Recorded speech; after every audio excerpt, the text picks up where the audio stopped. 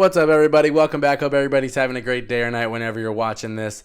The Indiana Pacers have won the NBA offseason, in my opinion. I think they've had a great offseason, solid draft, really great in free agency. I love the roster that they've put together. I'm going to kind of break down their free agency, their draft, and how the roster looks now, and how I think that they can actually make some noise. They're one of the most young, up-and-coming, promising teams in the entire league. Before I do, if you're new to the channel, please subscribe if you enjoy this kind of content. Please like the video. But I do have two questions. What was your favorite move of the Indiana Pacers offseason?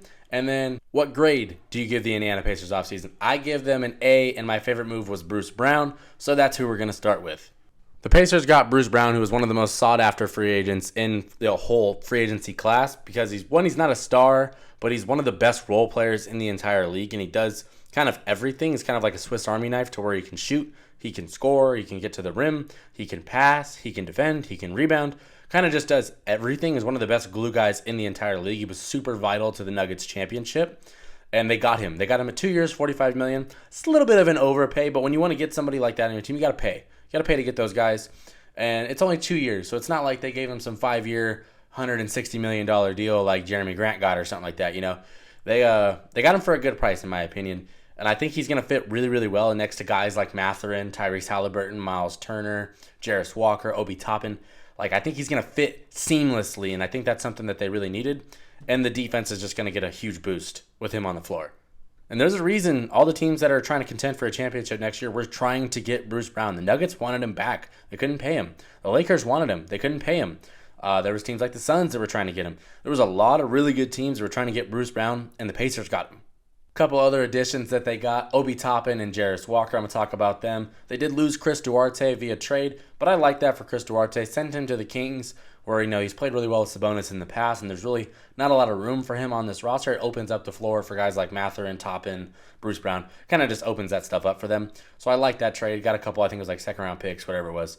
But I like that move for them, and I think it's good for Duarte too. But Obi Toppin, because I thought that was one of the sneakiest pickups that they could have done. And I'm going to tell you right now, I cannot wait to see Obi Toppin and Tyrese Haliburton on a fast break together, or even in half court, because they're going to be one of the most exciting duos to watch.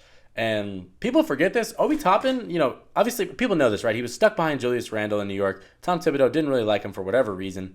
But Obi Toppin, when he started, was like 21 points a game, 6 rebounds, 3 assists on like 57% from the field, 44 from 3, and 84 from the free throw line. Like, he was really good when he started. Granted, it's only 15 games, so it's a little bit of a small sample size, but like, he balled out in each of those games.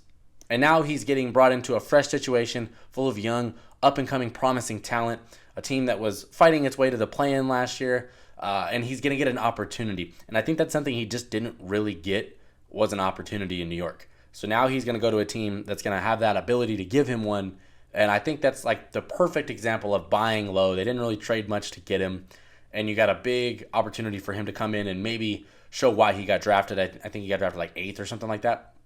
But you're going to get an opportunity to get a great asset here. He could potentially be way better than what we've seen. And in the games he started, he's been way better than what we've seen. So they got a guy that they could slot into their 4 spot. It'd be him or Jarace Walker more than likely. We'll talk about Jarace in a second. But the Toppin pickup was nice. It was super nice, super savvy. Loved the fit. And I can't wait to see him and Tyrese Haliburton play together. But Jarace Walker, I promise I'd talk about him, because I thought Jarace Walker is a nice glue pick. Like, they got him at a very, very favorable spot. And he's a 6'8", 240-pound power forward. He's a big body, gets boards. Pretty solid defender. So I think him and Bruce Brown, the additions of those two, is going to make their defense a lot better. And they already have Miles Turner, who's one of the very best defenders in the entire league. Haliburton's a good defender. Mathurin, we can see what he turns into defensively. But Jarace Walker, at least defensively, is going to be pretty solid. Rebounding, he's going to be able to fill in a lot of the cracks on this roster. And, with the addition of Obi Toppin, he doesn't have to come in and play 38 minutes. He can go out there and play 20, 25 minutes and kind of try and figure out the NBA game. He projects to be a decent shooter. I think he shot like 34 or 35% from 3 in college. But, he has time to develop. He's only 19, so he's going to like the absolute perfect situation. I think he's going to be a guy that's going to be able to do a lot of the dirty work. And like I said, fill in the cracks on this team. So I think Jarace Walker and Obi Toppin both going to this team. Yes, they're going to play probably the same position, but I think that it's going to be beneficial for the other, because I think you probably start Toppin to start and you let Jarace learn And I think that's beneficial to both guys because if Toppin blows up, then you could potentially trade him again and get more value for him. You could potentially get a star if he like really goes off and blows up in the system. Or you have Jarace Walker right behind him who you drafted. Like you got options. So I think that's something that young teams oftentimes don't have is options. And this roster, it's kind of filled out very nicely. We can talk about the roster now, I guess. I want to talk about Tyrese Haliburton, but we'll get to him in a second. Their roster consists of Tyrese Haliburton, Bennedict Mathurin, Jarace Walker, Obi Toppin, Miles Turner, Buddy Hield, Bruce Brown, Daniel Tice, Andrew Nembhard, TJ McConnell, Isaiah Jackson. Like, they got a really, really nice roster. And it's full of talent, just flooded with talent. That's something a lot of young teams don't have is like an overabundance of talent. They got guys at each level. They got point guards. They got two guards. They got some forwards. They got a center. Like, they're a little thin behind, Miles Turner, but like Daniel Tice is serviceable. So, but I really love the trajectory and the build of this roster because it's all young, fast, athletic. Like, I can't wait to see Ben Mathurin play this year because he was a bucket last year. And you still have Buddy Hield on the team. Like, they still have trade pieces to, maybe come trade deadline. They could trade Buddy Hield and get a first-round pick from a contender or Miles. We've been hearing that for years. But, they got trade pieces. They got pieces at the very least, and they got a lot of young talent to fill out the roster, and it's a lot of fun. But I got to talk about Tyrese Haliburton because he got his contract extension, 5 years, $260 million.